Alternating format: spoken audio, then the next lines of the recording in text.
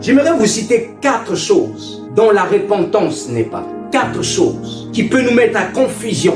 Qu'on peut croire que c'est ça la repentance alors que ce n'est pas la repentance.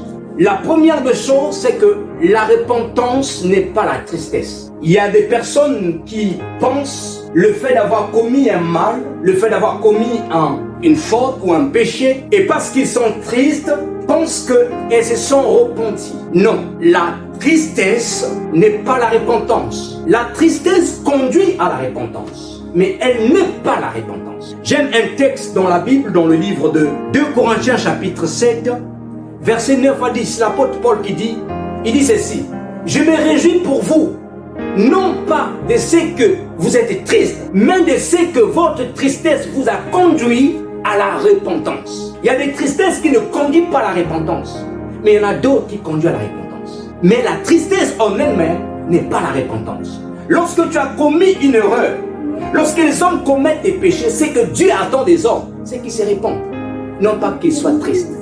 Alléluia. Deuxième des choses dont la repentance n'est pas la pénitence.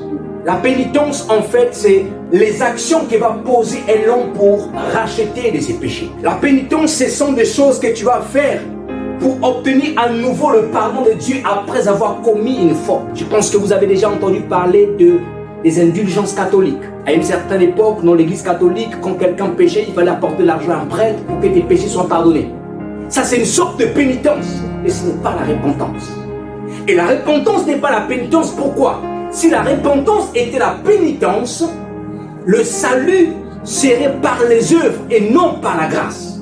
Or, Éphésiens chapitre 2, verset 8 nous dit quoi? Que nous sommes sauvés par la grâce. Au moyen de la foi, cela ne vient pas de nous, mais c'est un don que Dieu nous donne. Donc si tu penses que parce que tu as commis un péché, tu vas donner l'argent à un pasteur pour que tu reçoives le pardon, en fait non, ce n'est pas la repentance. Ce n'est pas cela que Dieu attend de nous. Dieu veut qu'on puisse se repentir. Donc la pénitence n'est pas la repentance. Troisième des choses que la repentance n'est pas l'amendement. Qu'est-ce que j'entends par l'amendement?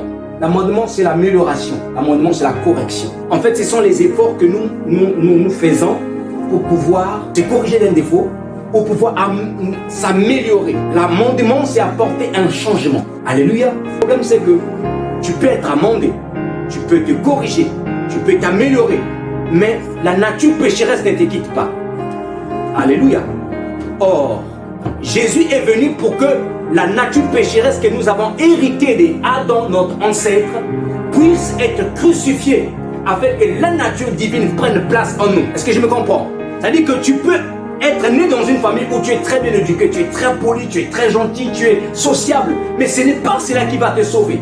Ce qui va te sauver, c'est la rencontre avec Jésus-Christ. Et cette rencontre emmènera en toi, en fait, ce qu'on appelle la nature divine.